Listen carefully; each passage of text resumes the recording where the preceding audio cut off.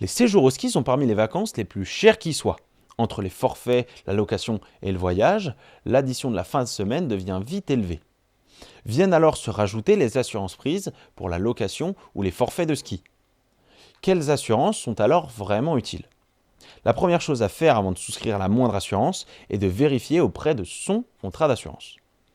De nombreuses assurances prennent déjà en compte les accidents de ski, comme les assurances habitation, les contrats garantie accident de la vie ou encore via l'assurance de notre carte bancaire. Dans la plupart des cas, le contrat de notre carte bancaire prend en compte les frais médicaux et en cas de vol ou annulation, des forfaits et du matériau. Prendre une assurance dédiée au ski n'est donc pas tout le temps nécessaire.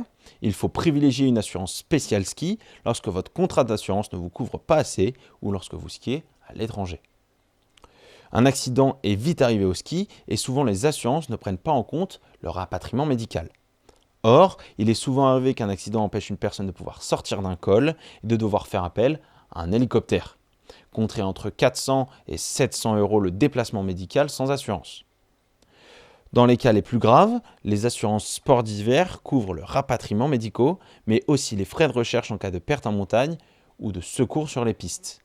Le ski est un sport dangereux, pouvant créer des accidents graves, voire mortels. L'assurance à privilégier dans ce cas-là est la garantie accident de la vie, ou GAV. Elle comblera le manque de ressources que fournira l'assurance maladie en cas d'incapacité au travail. Cependant, un point sur lequel les assurances sont presque toutes d'accord, c'est le cas du hors-piste. Si un accident se produisait en hors-piste, la plupart des assurances ne vous couvriraient plus, et alors tout sera à vos frais.